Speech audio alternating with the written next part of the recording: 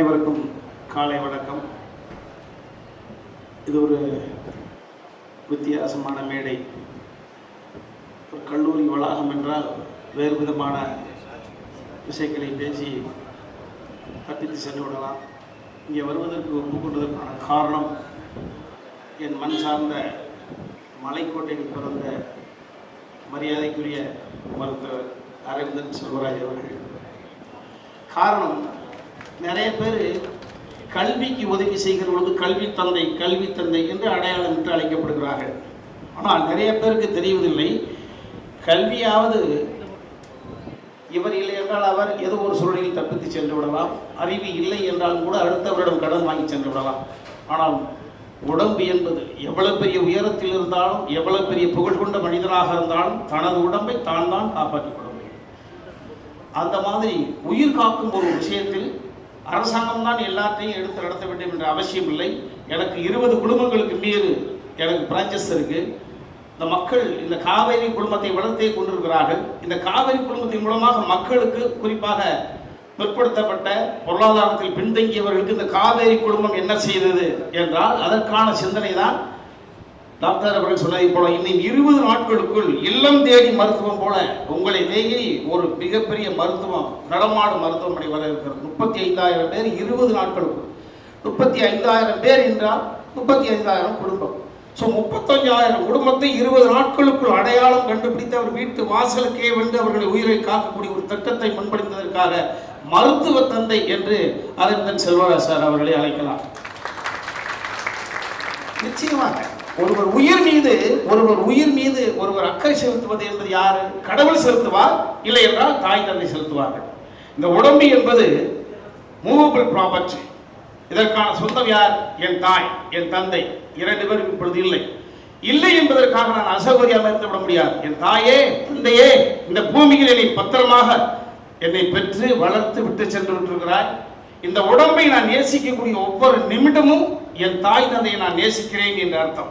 இந்த உடம்பை சிதைக்கக்கூடிய உரிமை யாரும் கொடுத்ததில்லை.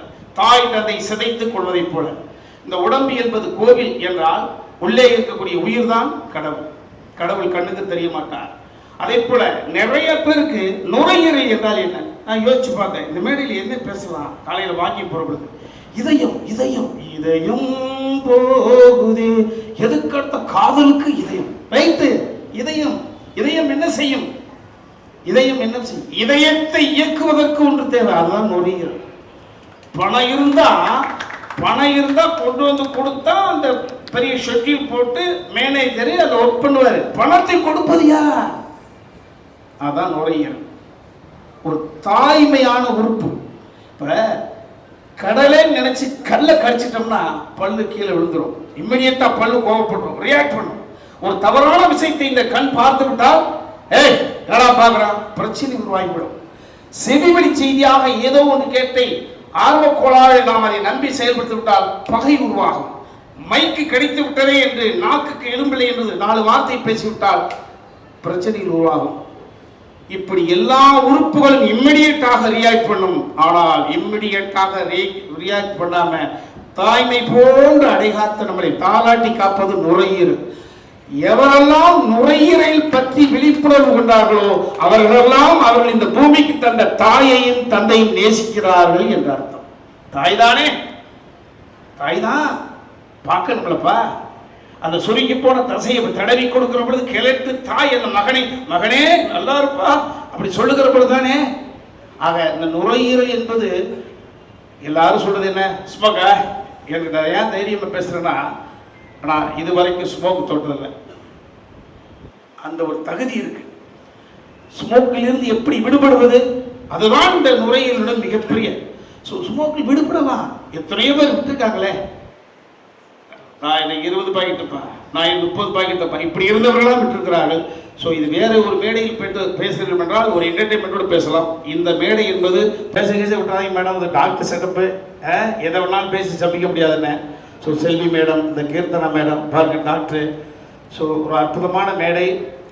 எல்லாரும் நுரையீரல் விழிப்புணர்வு, எல்லாருக்கும் விழிப்புணர்வு என்றால் வருமுன் காப்போம் இல்லம் தேடி கல்வி என்பதை போல வருவதற்கு முன்பாகவே காத்துக்கொள்வதற்கு எல்லோரும் எல்லாரும் பயந்தான். டாக்டர் அற்புதமா சொல்லுவாங்க, பணக்காரன், கவர்மெண்ட் சர்வெண்ட், ஒரு மிடில் கிளாஸ், அப்புறம் எல்லாருமே ஜஸ்ட் மாதம் ஒரு முறை செக்அப் பண்ணிக்கலாம். ஆனால் தினசரி கூலி வேலை செய்பவர்கள், பொருளாதார ரீதியில் பின்தங்கி இருப்பவர்கள், ஒரு டாக்டர் வருவாங்க, நாளை கழிச்சு வாங்க, நாளை கழிச்சு லீவ் போட முடியாது, மேனேஜர் லீவ் கொடுக்க முடியாது. இந்த பிரச்சனை தான் பிற்படுத்தப்பட்ட மக்களுக்கு, பொருளாதாரத்திலே பின்தங்கி இருப்பவர்களுக்கு, அவர்களுக்காக ஆபத் பாந்தவனாக இந்த காவேரி குழுமம் 35,000 பேரை 20 நாட்களில் கண்டுபிடிப்பதற்காக உங்கள் இல்லங்களை தேடி வந்து கொண்டிருக்கிறார்கள். சரியான இந்த வாய்ப்பை சரியாக பயன்படுத்தி உங்கள் உயிரை காப்பாற்றிக் கொள்ளுங்கள், வீட்டை காப்பாற்றிக் கொள்ளுங்கள்.